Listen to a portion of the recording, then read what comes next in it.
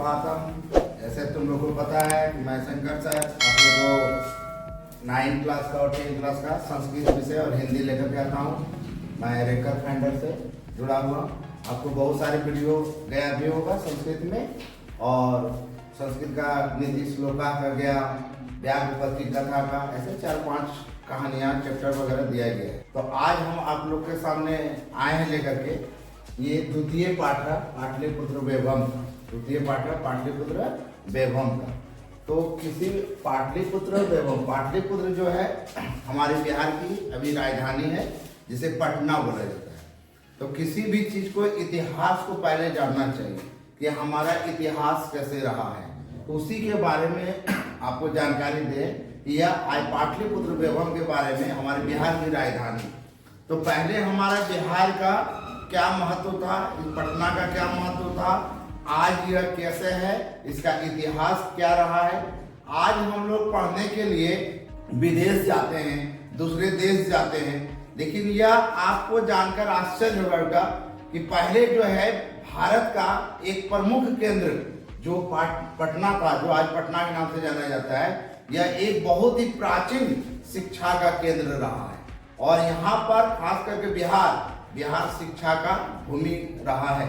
और उसी के बारे में पटना में हमारे सिर्फ भारत के ही लोग नहीं बल्कि विदेश के लोग भी यहाँ पर आते थे पढ़ने के लिए। और आज हम लोग नए नए शब्द जानते हैं कि चलो छात्रावास या रेसिडेंटल स्कूल, लेकिन हमारा बिहार का इतिहास रहा है कि पहले से ही यहाँ पर छात्रावास चलता था, रेसिडेंटल स्कूल होती थी। और आज पटना का इतिहास के बारे में हम जानेंगे कि पटना का इतिहास किस रूप में, खास करके वह शिक्षा के क्षेत्र में, राजनीति के क्षेत्र में, धार्मिक के क्षेत्र में, हर क्षेत्र में इसने यहाँ पर अपना झंडा गाड़ा है।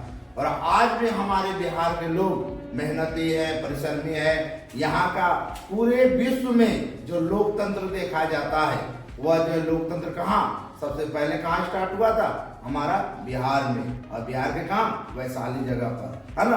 तो उसी तरह से हमारा बिहार का इतिहास बहुत ही समृद्ध है।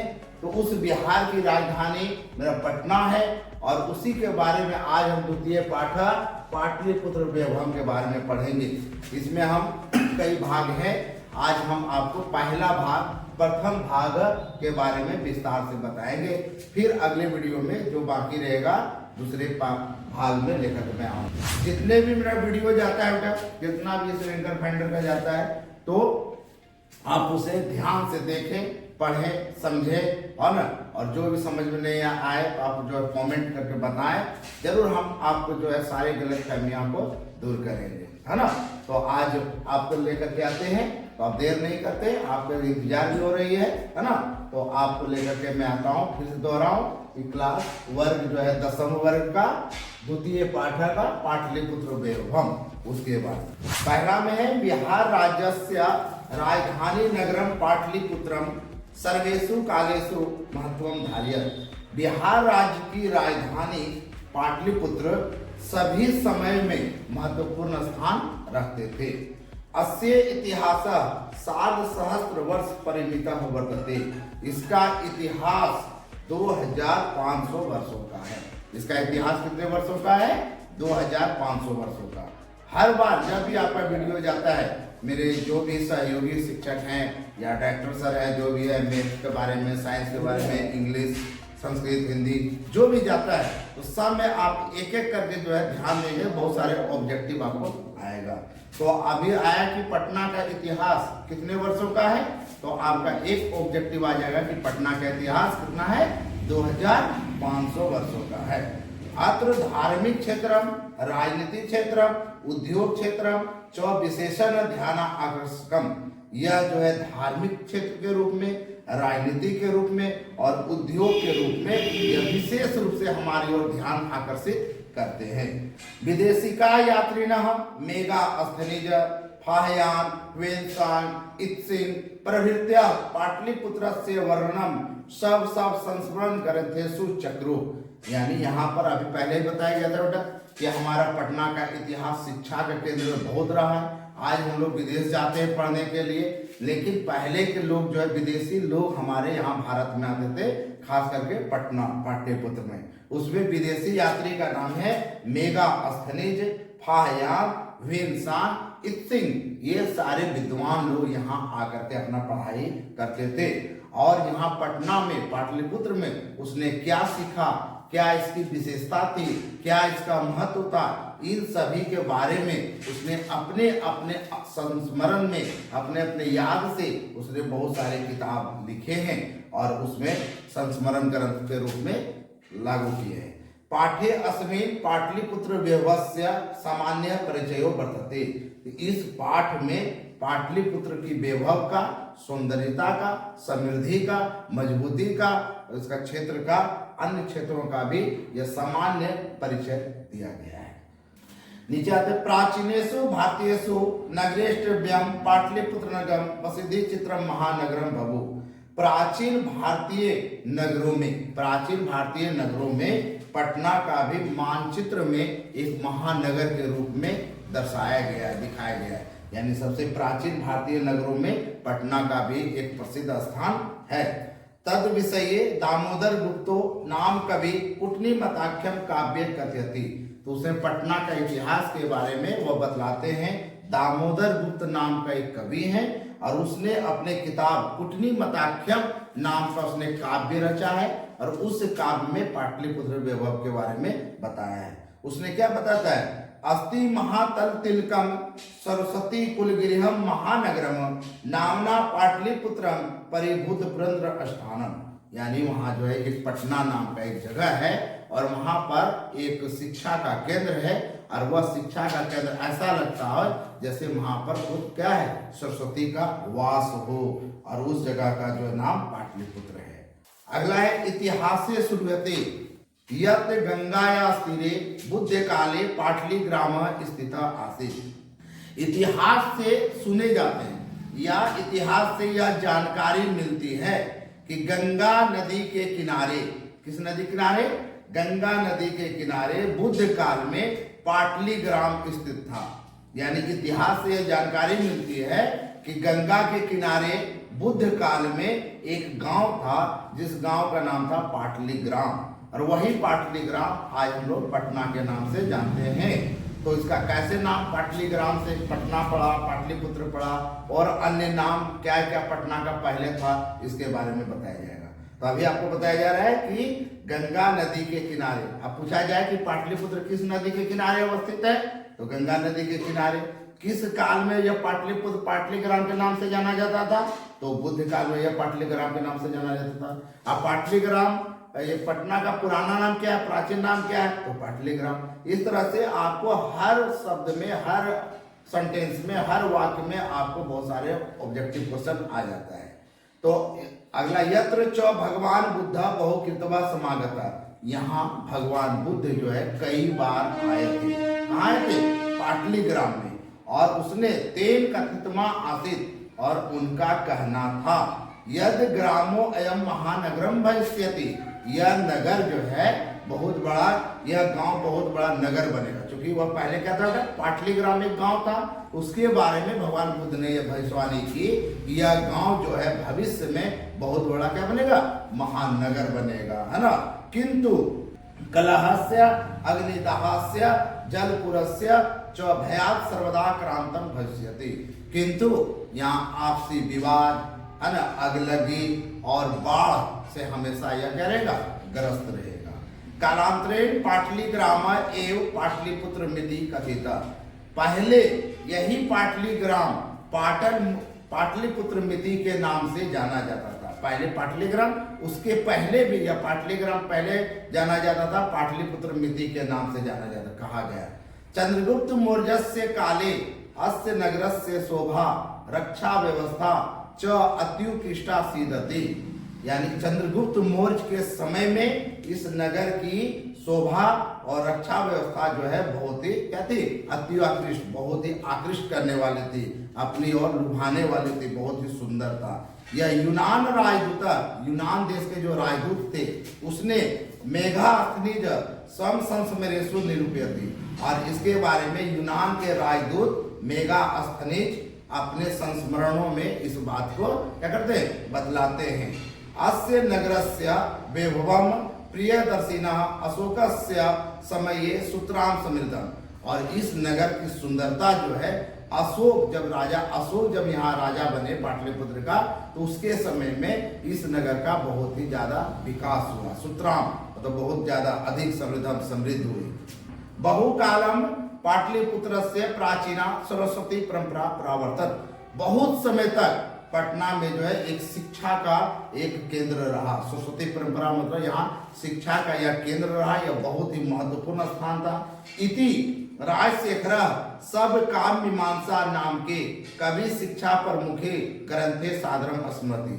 और यह जो है राजशेखर एक अपनी किताब लिखे, ग्रंथ लिखे, और उस ग्रंथ का नाम था काव्य मीमांसा। क्या नाम था उस किताब का? काव्य मीमांसा। और उस काव्य मीमांसा को किसने लिखा था? राजशेखर। क्वेश्चन आ गया कि काव्य मीमांसा के कवि कौन है? तो राजशेखर। राजशेखर ने किस काव्य की रचना की है? तो काव्य मीमांसा। अब पूछा जाए कि काव्य मीमांसा कैसा ग्रंथ है, तो वह कवि शिक्षा है ना? क्या है यह? कवि शिक्षा।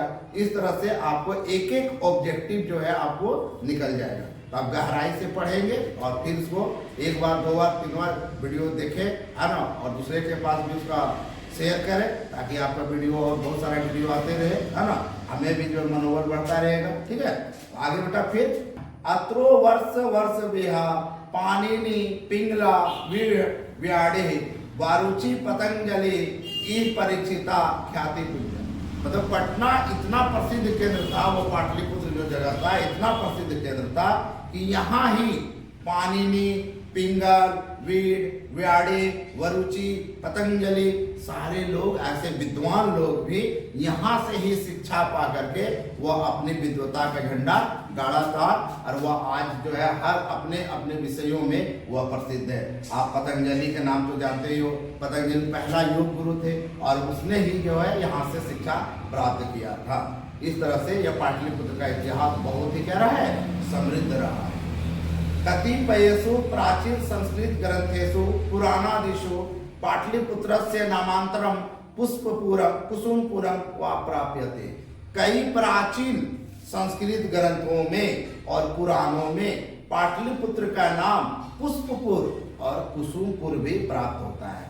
जैसे कि आपको जानते हो बेटा कि पर्यायवाची समानार्थी पुष्प का मतलब भी फूल होता है और कुसुम का मतलब भी फूल होता है। इस तरह से इसके नाम से पुष्पपुर और कुसुमपुर के नाम से यह प्राप्त हमें यह ज्ञान होता है, यह जानकारी होती है कि जरूर वह क्षेत्र जो है वहां पर कोई फूल से ताल्लुक रखता होगा, इसलिए उस जगह का नाम जो है पुष्पपुर या कुसुमपुर प्राप्त होता है। अनेन ज्ञाते, इससे यह जानकारी मिलती है यत नगरासस्य समीपे पुष्पानाम बहुलम उत्पादनम भवति अस्व। और मैंने पहले भी बता दिया था, और इस नाम से यह पता चलता है कि इस नगर के सामने फूलों का बहुत सारा उत्पादन होता होगा, इसलिए इसका नाम क्या रखा जा रहा था? पुष्पपुर और कुसुमपुर। पाटलिपुत्र मिति शब्दों अपि पाटल पुष्पानाम पुतली कारत्य माश्रित्य प्रचलिता। पाटलिपुत्र मिति शब्द भी गुलाब फूल की पंखुड़ियों से निकला हुआ शब्द है। यानी पाटल का मतलब होता है गुलाब, पुत्र मिति मतलब उसके गुलाब की पंखुड़ी। वहां गुलाब फूलों का उत्पादन बहुत ज्यादा होता था, इसलिए उसका नाम जो है कुसुमपुर के बाद पुष्पपुर और उसके बाद जो है वहां पर पाटलिपुत्र के नाम से रखा गया। शरत काले नगरे अस्मिन् कौमुदी महोत्सव इति महान समारोह गुप्त वंश शासन काले अति प्रचलित। शरद काल के यानी जो शरद ऋतु जो होता है उस ऋतु में वहां पर एक मेला लगता था, एक महोत्सव होता था, और उस महोत्सव का नाम क्या था? कौमुदी महोत्सव। क्या नाम था उसका? कौमुदी महोत्सव। और यह जो है समारोह गुप्त वंश शासन काल में बहुत ही प्रचलित था। आज में से ऑब्जेक्टिव आ जाता है कि कौमुदी महोत्सव किसके शासन काल में प्रचलित था? तो गुप्त वंश शासन काल में प्रचलित था। कौमुदी महोत्सव जो किस ऋतु में आयोजित होता था? तो यह शरद ऋतु में होता था। इस तरह से हिंदी और संस्कृत दोनों का ऑब्जेक्टिव आपको साथ साथ होता चला जाएगा। ठीक है, तो कौमुदी महोत्सव किसके शासन काल में प्रचलित था? गुप्त वंश शासन काल में। गुप्त वंश शासन काल में कौन सा महोत्सव प्रसिद्ध था? तो कौमुदी महोत्सव था। जैसे भी आपको बाएं से दाएं ले, दाएं से बाएं ले, आप उसको गहराई से पढ़ोगे, जहां भी क्वेश्चन पूछे आपको ज्यादा परेशानी नहीं होगी। ठीक है। तत्र सर्वे जनाः आनंद मग्ना अभवन, वहां पर जो है सभी लोग आनंदित होते थे। किसमें? वह कौमुदी महोत्सव जो लगता था, उस कौमुदी महोत्सव में लोग शामिल होते थे, वहां खुशियां मनाते थे और बहुत ही वह खुशियां अनुभव करते थे। जैसे संप्रति दुर्गा पूजा अवसरे तादृश एव समारोह दृश्यते, जैसे आजकल जो दुर्गा पूजा के अवसर पर जैसे समारोह देखे जाते हैं, लोग खुश रहते हैं, हंसते हैं, बोलते हैं, उसी तरह से यह कौमुदी महोत्सव में भी लोग बहुत ही क्या करते थे? खुशियां मनाते थे, जैसे आज दुर्गा पूजा के अवसर पर क्या देखा जाता है। काल चक्रवशात यद्यपि मध्यकाले पाटलिपुत्रम वर्ष सहस्त्र परिमितम जीर्णा न भवोत, समय के अनुसार कभी कभी समय होता है कि आपका दिन अच्छा रहता है, मम्मी पापा या घर परिवार में बहुत खुशियां होती है।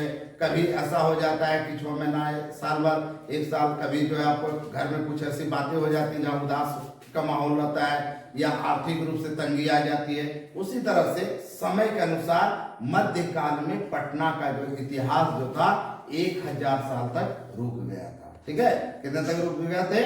1000 साल तक उसका रुक गया था। तस्य संकेता अनेकेषु साहित्य ग्रंथेषु मुद्रा राक्षसादिषु लभ्यते, इसका संकेत, यह बात का इशारा हमें बहुत सारे साहित्य ग्रंथों से मिलता है, लेकिन उसमें एक किताब है, वह ग्रंथ है जो मुद्रा राक्षस के नाम से जाना जाता है। और उस मुद्रा राक्षस से ग्रंथ से यह पता चलता है कि पटना का इतिहास 1000 वर्षों तक क्या हो गया था? रुक गया था। पटना का विकास 1000 वर्षों तक रुक गया था। मुगल वंश काले अस्य नगरस्य समुद्धारो जाता, फिर जब मुगल वंश का जब शासन काल यहाँ पर आया बिहार में, तो इस नगर का समूढ़ उद्धार यानी फिर से उसका उद्धार किया गया, फिर से विकास किया गया। जो हजारों साल तक का जो इसका विकास रुक गया था, फिर मुगल वंश शासन काल में इस नगर का क्या हुआ? समुद्धार हुआ। आंग्ल शासन काले च पाटलिपुत्रस्य सुतराम विकास हो जाता, अंग्रेजों के शासन काल में भी पटना का फिर से विकास हुआ, अच्छा विकास हुआ। नगर मिदम मध्यकाले एक पटनेती नामना प्रसिद्ध मगा, नगर के बीच में मध्यकाल में एक जगह था जो पटना के नाम से प्रसिद्ध था। अयम च शब्द पतनमिति शब्दात् निर्गत, यह शब्द भी पतनमिति यानी गुलाब की पंखुड़ियों से निकला हुआ शब्द है। नगरस्य पालिका देवी पटन देवी थी अद्यपि पूज्यते, यानी अपने गांव घर की रक्षा करने वाले एक स्थानीय देवता होता है, उसी तरह से उस गांव की रक्षा करने वाली जो था, उस देवी को लोग जो है पटन देवी नाम से जानते थे। और लोग नगर पालिका मतलब नगर की रक्षा करने वाली, और वही पटन देवी आज भी वहां पर पूजे जाते हैं। और उस पटन देवी के मंदिर के नाम से ही हमारा जो नाम जो है पाटलिपुत्र के बाद आज क्या पड़ा? पटना पड़ा। ठीक है। नगर की रक्षा करने वाली देवी का नाम था, महामंदिर था, जो वह पटन देवी था, उसी के नाम से आज यह पटन देवी के नाम से पूजे जाते हैं। आज भी वहाँ पूजा होती है और उस पटन देवी के नाम से ही आज हमारा पाटलिपुत्र का नया नाम क्या? पटना है। इसलिए आप जान गए कि पटना का नाम कैसे पड़ा। संप्रति पाटलिपुत्रम पटना नाम नगरम, संप्रति मतलब इस समय पाटलिपुत्र का नाम जो नया नाम पड़ा है वह है पटना। अति विशालम वर्तते, बहुत ही विशाल है। और बिहार से राजधानी चौ अस्ति, और बिहार की राजधानी है। अनुदिनम नगर से विस्तार होती, और प्रतिदिन इस नगर का विस्तार होते जा रहा है। जो एक पाटलीग्राम एक छोटा सा गांव था, दिन ब दिन जो है वह विस्तार होते जा रहा है। आज पटना, पटना सिटी, पाटलिपुत्र, राजेंद्र नगर, बहुत तरह के नामों से वह विस्तार होता जा रहा है। और उसका अनुदिन दिन ब दिन जो है पटना का, पाटलिपुत्र का विस्तार हो रहा है। अस्योत्रस्याम दिशि गंगा नदी प्रवहती, इसके उत्तर दिशा में गंगा नदी बहती है। अब बोलेगा कि पटना के किस दिशा में गंगा नदी बहती है? तो पटना के उत्तर दिशा में गंगा नदी बहती है। अब बोलेगा कि पटना के उत्तर दिशा में कौन सी नदी बहती है? तो पटना के उत्तर दिशा में गंगा नदी बहती है। जैसे भी आपको क्वेश्चन हो, जैसे भी मूव करो, चारों तरफ से उसको करो, वह क्वेश्चन का आंसर आपको दिमाग में आ जाना चाहिए। ठीक है। तस्या उपरि गांधी सेतुनाम एशिया महादेशस्य दीर्घतम सेतु किच रेलयान सेतु नपी निर्माण वर्तते। इसके ऊपर में यानी गंगा नदी के ऊपर में एक पुल बनाया गया है और वह जो है गांधी सेतु के नाम से जाना जाता है। और यह गांधी सेतु जो पुल है यह भारत का ही सबसे बड़ा पुल नहीं है, यह बल्कि एशिया महादेश का, एशिया महादेश के अंतर्गत में जो भी आते हैं भारत, पाकिस्तान, श्रीलंका, नेपाल जो भी, और उसके अंतर्गत यह एशिया महादेश का सबसे बड़ा पुल है जो गांधी सेतु के नाम से जाना जाता है। और इसके ऊपर रेल यान का भी निर्माण किया जा रहा था, आज का रेल यान भी उसमें चलती है। नगरे अस्मिन उत्कृष्ट संग्रहालय, उच्च न्यायालय, सचिवालय, गोलगृहम, तारामंडलम, जैविकोद्यानम, मौर्यकालिका अवशेषः, महावीर मंदिरम इत्यते दर्शनीया सन्ति।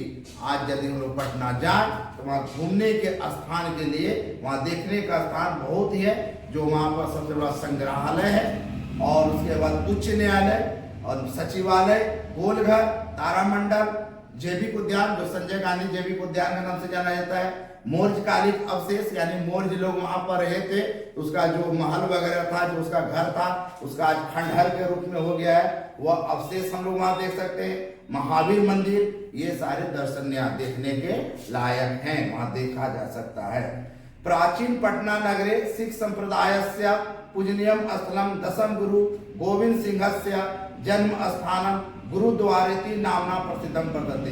इसी तरह प्राचीन पटना नगर में सिख संप्रदाय के पूजनीय स्थल 10वें गुरु गुरु गोविंद सिंह का जन्म स्थान गुरुद्वारा के नाम से प्रसिद्ध है। अब पूछेगा कि सिख संप्रदाय के 10वें गुरु कौन थे, तो सिख संप्रदाय के 10वें गुरु गुरु गोविंद सिंह थे। गुरु गोविंद सिंह का जन्म स्थान कहाँ है, तो प्राचीन पटना में है। ठीक है, वह जो है गुरु गोविंद सिंह का जन्म स्थान किस नाम से जाना जाता है, तो गुरुद्वारा के नाम से जाना जाता है। ठीक है, इस तरह से बहुत सारे ऑब्जेक्टिव एक एक करके आएगा। तत्र देशस्य तीर्थयात्रिणः दर्शनार्थम आयन्ति, और वहाँ जो है देश के बहुत सारे, हमारे भारत के जो देश हैं उसमें बहुत सारे अन्य राज्यों से, अन्य शहरों के लोग भी वहाँ पर वह गुरु गोविंद सिंह का जन्म स्थान देखने के लिए वहाँ पर आते हैं, बहुत सारे तीर्थयात्री लोग आते हैं। एवं पाटलिपुत्रम प्राचीन कालात अद्यावधि विभिन्नेषु क्षेत्रेषु व्यवम धारयति। इस तरह से हमारा पटना जो है प्राचीन काल से अद्य आज के समय तक में भी विभिन्न क्षेत्रों में यह अपना महत्व रखते हैं। संकलित रूपेण संग्रहालय दर्शनीय में अस्ति, और इसका संकलित रूप में जो पटना में जो संग्रहालय है वहां पर हम अपना ये सारे पटना का इतिहास के बारे में हम देख सकते हैं, बहुत सारी जानकारी मिलेगा। पर्यटन मानचित्र नगर मिदम महत्वपूर्णम, और पर्यटन के मानचित्र में भी इस नगर का महत्वपूर्ण स्थान है। तो आपको सारा जो है ये पाटलिपुत्र वैभव का पूरा हिंदी कर दिया गया, बहुत सारे ऑब्जेक्टिव का भी आपको हमने बताया हिंदी से, संस्कृत से। तो ये यदि पढ़ेंगे तो आपको परीक्षा में बहुत ही परीक्षोपयोगी प्रश्न है। तो मैं बताया था कि यहाँ पर प्रथम भाग लिखें, फिर अगले वीडियो में आपके साथ मिलेंगे और इसी पाठ का जो प्रश्नोत्तर है जो आपका मौखिक है, लिखित है किताब में, उसके साथ साथ और बहुत सारे चीज इसी से चैप्टर से जो है रिलेटेड हम आपको बहुत सारे क्वेश्चन बताएंगे। और तब तक जो है लिए आपको धन्यवाद।